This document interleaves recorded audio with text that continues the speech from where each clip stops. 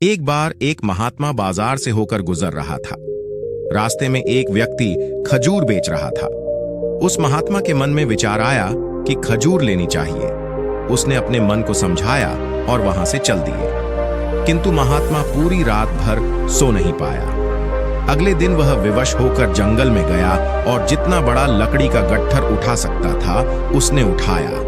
उस महात्मा ने अपने मन से कहा कि यदि तुझे खजूर खानी है तो यह बोझ उठाना ही पड़ेगा। महात्मा थोड़ी दूर ही चलता, फिर गिर जाता, फिर चलता और गिरता।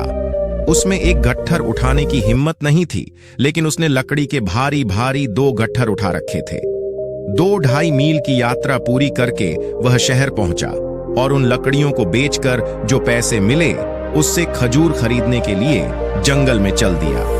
खजूर सामने देखकर महात्मा का मन बड़ा प्रसन्न हुआ। महात्मा ने उन पैसों से खजूर खरीदे, लेकिन महात्मा ने अपने मन से कहा कि आज तूने खजूर मांगी है, फिर तेरी कोई और इच्छा करेगी। कल अच्छे अच्छे कपड़े और स्त्री मांगेगा।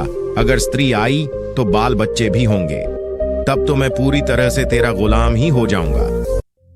सामने से एक मुसाफिर आ रहा था। महात्मा ने उस मुसाफिर को बुलाकर सारी खजूर उस आदमी को दे दी और खुद को मन का गुलाम बनने से बचा लिया। यदि मन का कहना नहीं मानोगे तो इस जीवन का लाभ उठाओगे, यदि मन की सुनोगे तो मन के गुलाम बन जाओगे।